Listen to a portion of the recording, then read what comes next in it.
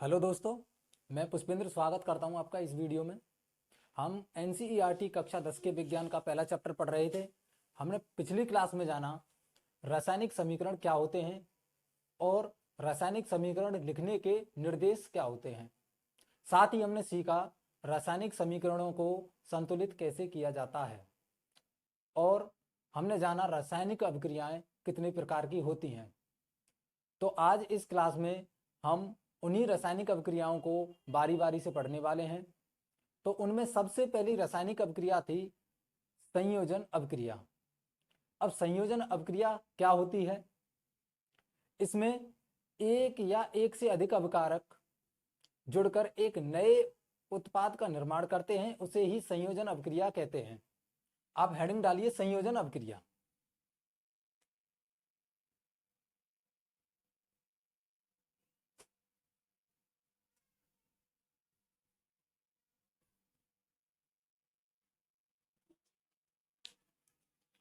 लिखेंगे आप।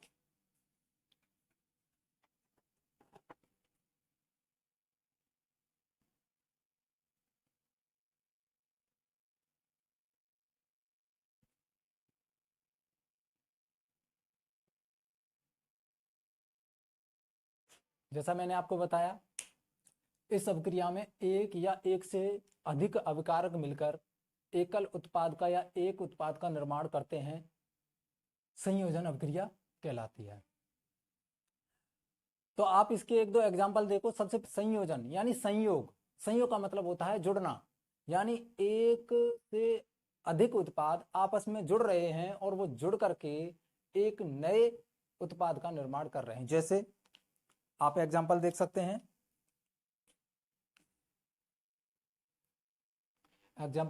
जैसे A प्लस बी, इन दोनों से हमारा उत्पाद बन रहा है C, यानी ये दोनों क्या हो गए?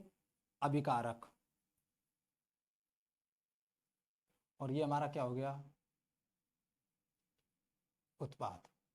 यानी यहाँ एक अभिकारक और दो अभिकारक यानी एक से अधिक हो गए और ये दोनों अभिकारक जुड़ करके एक उत्पाद का निर्माण कर रहे हैं। ऐसी कुछ एग्जाम्पल और देखिए। आगे एग्जाम्पल ले लेते हैं। कोयले का दहन।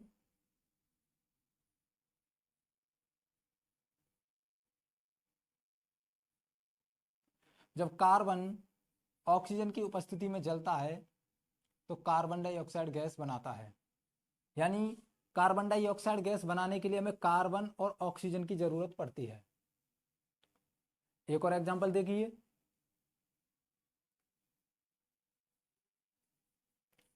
जल का निर्माण।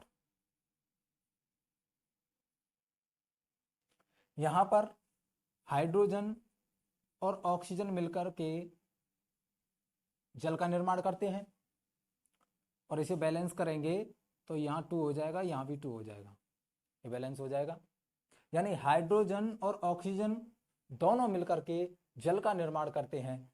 तो ये क्या कर रहे हैं? दोनों मिल रहे हैं, क्या कर रहे हैं? संयोग कर रहे हैं। संयोग कर करके इन्होंने क्या किया? जल का निर्माण किया, इसलिए ये संयोजन अभिक्रिया कहलाती है। यानी एक से अधिक अभिकारक आपस में मिलकर एकल उत्पाद का अगर निर्माण कर देते हैं तो संयोजन अभिक्रिया कहलाती है। आप यहां तक नोट कीजिए। आप एक और एग्जाम्पल देखिए। जैसे CaO, कैल्शियम ऑक्साइड, जिसे हम बोलते हैं चूना, और इसके साथ हम ऐड कर दें, जोड़ दें पानी को, यानी H2O, तो ये यहाँ पर CaOH2 कैल्शियम हाइड्रोक्साइड का निर्माण होता है, जिसे हम बोलते हैं बुझा हुआ चूना, और ये हो गया हमारा जल। तो ये भी एक संयोजन अभिक्रिया का उदाहरण है। लेकिन यहां से एक प्रश्न बनता है। एक प्रश्न ये बनता है कि कैल्शियम हाइड्रोक्साइड जो होता है, बुझा हुआ जो चूना होता है, हम इसे सफेदी के रूप में अपनी दीवारों पर इसका उपयोग करते हैं। तो यहां से एक प्रश्न बहुत बार पूछा गया है कि जो हम बुझे हुए चूने का इस्तेमाल अपनी दीवारों पर सफेदी के रूप में कर रहे हैं, उसमें चमक कैसे आती है? तो आप ध्यान से देखें। कैल्शियम हाइड्रोक्साइड जब दीवारों पर किया जाता है तो वो वायु के संपर्क में आता है और कार्बन डाइऑक्साइड गैस से अभिक्रिया करके, यह अभिक्रिया बहुत धीरे धीरे होती है, कार्बन डाइऑक्साइड गैस से अभिक्रिया करके ये कैल्शियम कार्बोनेट की एक परत बनाता है जिससे दीवारों पर चमक आ जाती है।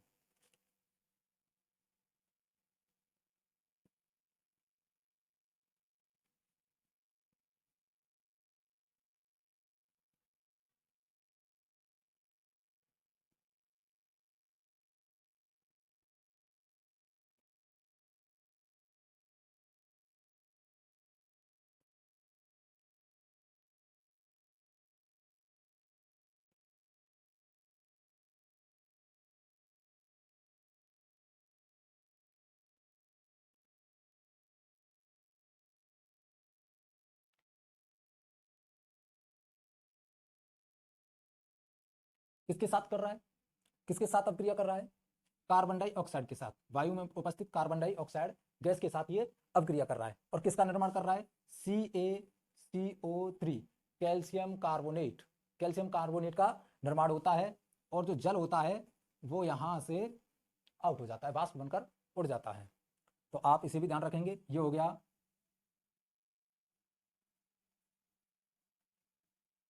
कैल्शियम हाइड्रोक्साइड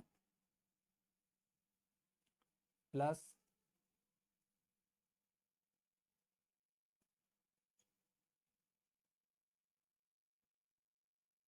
कार्बन डाइऑक्साइड, और इनसे अभिक्रिया करने के बाद ये बनता है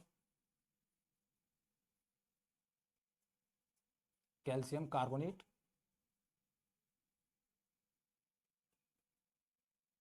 प्लस जल।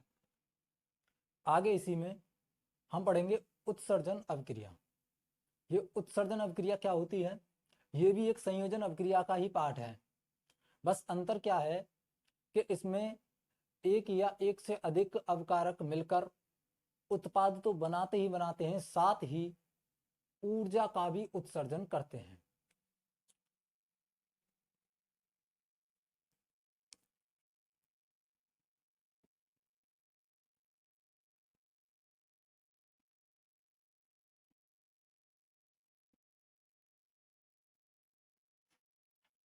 एक या एक से अधिक अपकारक मिलकर एकल उत्पाद के साथ ऊर्जा का भी उत्सर्जन यहां हमें देखने को मिलता है। इसे ही हम बोलते हैं ऊष्मक्षेपी अभिक्रिया।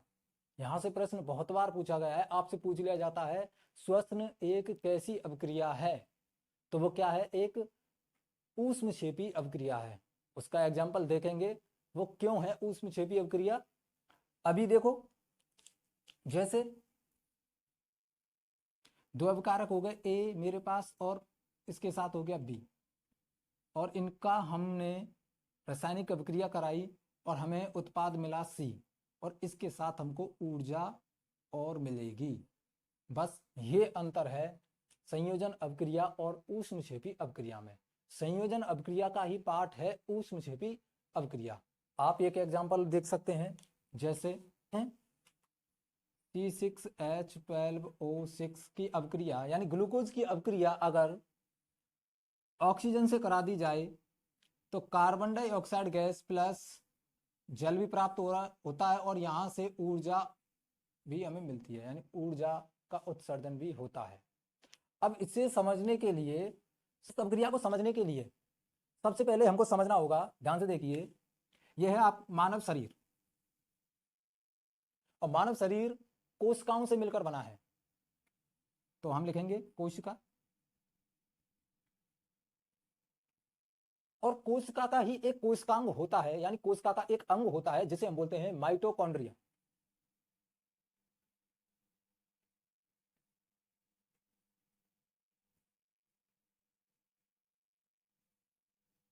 ये माइटोकॉन्ड्रिया, और इसी माइटोकॉन्ड्रिया में ग्लूकोज की फॉर्म में ऊर्जा स्टोर रहती है, और ग्लूकोज का फॉर्मूला है C6H12O6, यानी C6H12O6 ग्लूकोज की फॉर्म में ऊर्जा स्टोर रहती है। अब होता क्या है, हम श्वसन क्रिया में वायु लेते हैं अंदर, और उस वायु में से हमारे फेफड़े ऑक्सीजन को छानकर ब्लड में मिला देते हैं, और ब्लड के अंदर हीमोग्लोबिन पाया जाता है और हीमोग्लोबिन उस ऑक्सीजन को माइटोकॉन्ड्रिया तक पहुंचा देता है और उस माइटोकॉन्ड्रिया में ग्लूकोज की फॉर्म में ऊर्जा स्टोर रहती है और वहां पर ये वाली अभिक्रिया हो जाती है। वहां पर हमको जैसे ही ग्लूकोज के साथ ऑक्सीजन अभिक्रिया करता है तो कार्बन डाइऑक्साइड गैस और जल और एटीपी की फॉर्म में हमको ऊर्जा मिल जाती है। अब जैसे ही ब्लड वहां से वापस आ रहा होता है, जिसे हम अशुद्ध रुधिर बोलते हैं, वो अपने साथ कार्बन डाइऑक्साइड जो रिएक्शन के समय बनी थी, अभिक्रिया के समय बनी थी, उसे अपने साथ ला रहा होता है और फेफड़े द्वारा उस कार्बन डाइऑक्साइड गैस को बाहर कर दिया जाता है। इसलिए बार बार प्रश्न पूछा जाता है श्वसन एक कैसी अभिक्रिया है? तो श्वसन एक ऊष्मक्षेपी अभिक्रिया है। आप नोट करेंगे।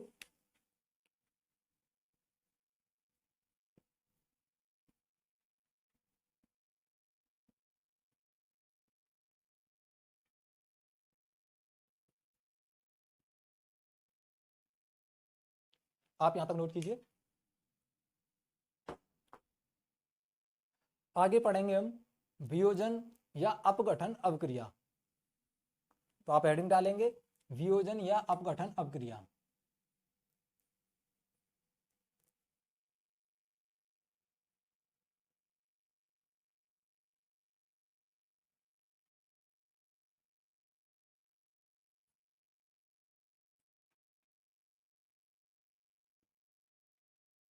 जैसे हमने अभी संयोजन अभिक्रिया पढ़ी थी, संयोजन अभिक्रिया में क्या था कि एक या एक से अधिक अभिकारक मिलकर एकल उत्पाद का निर्माण कर रहे थे, लेकिन यहां पर एक अभिकारक टूट करके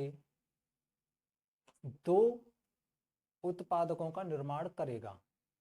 यानी वियोजन का मतलब होता है, वियोजन यानी अपघटन का मतलब होता है टूटना, यानी एक अभिकारक टूट करके दो या दो से अधिक अभिकारकों का निर्माण करेगा।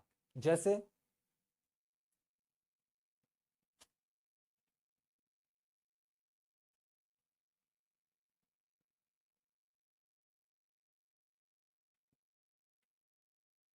अब जैसे जैसे यहां पर एक अभिकारक है और इसी में से टूट करके दो उत्पाद हमारे पास ही आ गए। यानी एक अभिकारक है और उसी में से टूट करके दो उत्पाद बन गए। यानी ये क्या हो गया हमारा अभिकारक और ये क्या हो गया हमारा उत्पाद।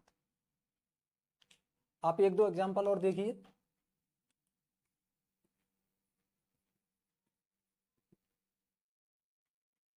दो एग्जांपल हैं। फेरस सल्फेट, अगर इसको हम हीट दें, ऊष्मा दें, तो ये फेरिक ऑक्साइड में चेंज हो जाता है और सल्फर डाइऑक्साइड हमारे पास गैस निकल के आ जाती हैं। आगे कैल्शियम कार्बोनेट, जिसे हम बोलते हैं चूना, अगर इसको हम हीट दें, गर्म करें, तो कैल्शियम ऑक्साइड में चेंज हो जाएगा और यहां से कार्बन डाइऑक्साइड गैस निकलेगी और ये जो कैल्शियम ऑक्साइड है इसे हम बोलते हैं बिना बुझा हुआ चूना। तो आप नोट कर सकते हैं, ये कैल्शियम कार्बोनेट, इसे बोलते हैं हम चूना, और ये होता है हमारा बिना बुझा हुआ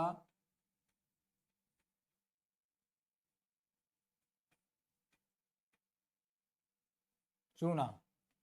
ये अगर इनकी भौतिक अवस्था को लिखने चले जाएं तो ये भी ठोस है हमारा, ये भी ठोस हो जाएगा, इधर ये भी ठोस है और ये भी ठोस है, ये गैस है और ये भी हमारे पास क्या गैस है, ये भी हमारे पास क्या हो जाएगा गैस हो जाएगा। क्या हो रहा है, एक अभिकारक एक से अधिक उत्पाद में क्या हो रहा है टूट रहा है, इसलिए इसे हम बोलते हैं वियोजन या अपघटन अभिक्रिया। आप यहां तक नोट कीजिए।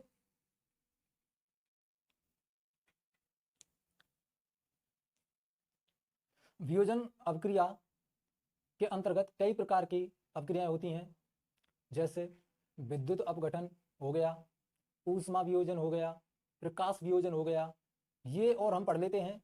ये मुख्यतः तीन प्रकार की अभिक्रियाएं हैं जो वियोजन अभिक्रिया के अंतर्गत आती हैं।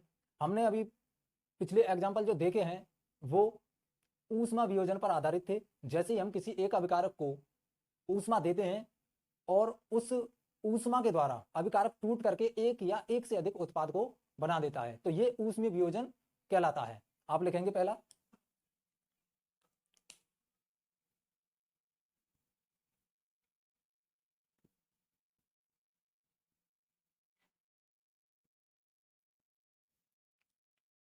ऊष्मा के द्वारा होने वाला वियोजन, यानी एक अभिकारक में अगर हम ऊष्मा दे रहे हैं और वो उस ऊष्मा के जरिए एक या एक से अधिक उत्पाद का निर्माण कर रहा है तो ये ऊष्मीय वियोजन कहलाता है।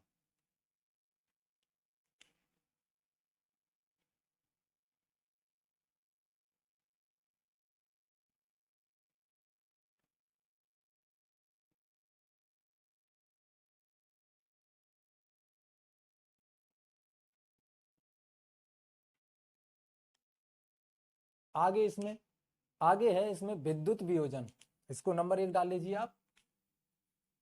और नंबर 2 आगे इसमें है विद्युत वियोजन। विद्युत वियोजन का ही वही अर्थ है जिसमें हम विद्युत धारा दें और विद्युत धारा देने के बाद एक अभिकारक टूट करके दो उत्पाद बना दे तो विद्युत वियोजन कहलाएगा। आप लिख सकते हैं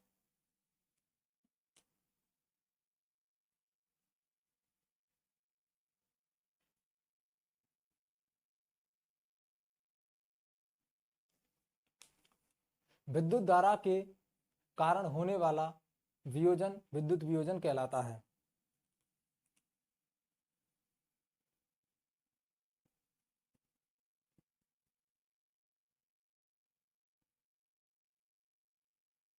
आप एग्जाम्पल देख सकते हैं, जैसे आप जल में विद्युत धारा प्रवाहित कीजिए तो ये हाइड्रोजन और ऑक्सीजन में चेंज हो जाएगा, जिसे हम बैलेंस करेंगे तो 2 इधर लग जाएगा। यानी एक अभिकारक में जैसी विद्युत धारा हमने दी तो उसने हाइड्रोजन और ऑक्सीजन को अलग अलग कर दिया, यानी दो उत्पाद बना दिए। एक अभिकारक ने दो उत्पाद बना दिए। और जैसे हमने पढ़ा है विद्युत धारा के कारण होने वाला वियोजन क्या कहलाता है, विद्युत वियोजन कहलाता है। इसलिए ये आएगा तो अपघटन या वियोजन अपक्रिया के अंतर्गत, लेकिन कौन सा आएगा, किसके कारण हुआ है, विद्युत वियोजन के कारण हुआ है, तो इसे विद्युत वियोजन अपक्रिया बोल देंगे। आगे है इसमें तीसरा है प्रकाशीय वियोजन।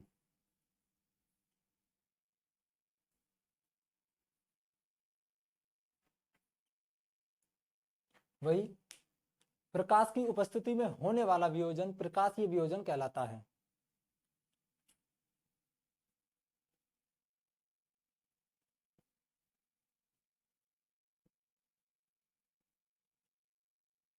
आप एक एग्जांपल देख सकते हैं, जैसे AgCl, सिल्वर क्लोराइड को अगर हम प्रकाश दें तो Ag यानी सिल्वर अलग हो जाएगा और यहां से क्लोरीन गैस निकलेगी। तो आप इनकी भौतिक अवस्था लिख सकते हैं, ये सॉलिड हो गया, ये भी सॉलिड हो जाएगा और ये हमारा गैस हो जाएगा। चाहो तो आप नाम लिख सकते हैं,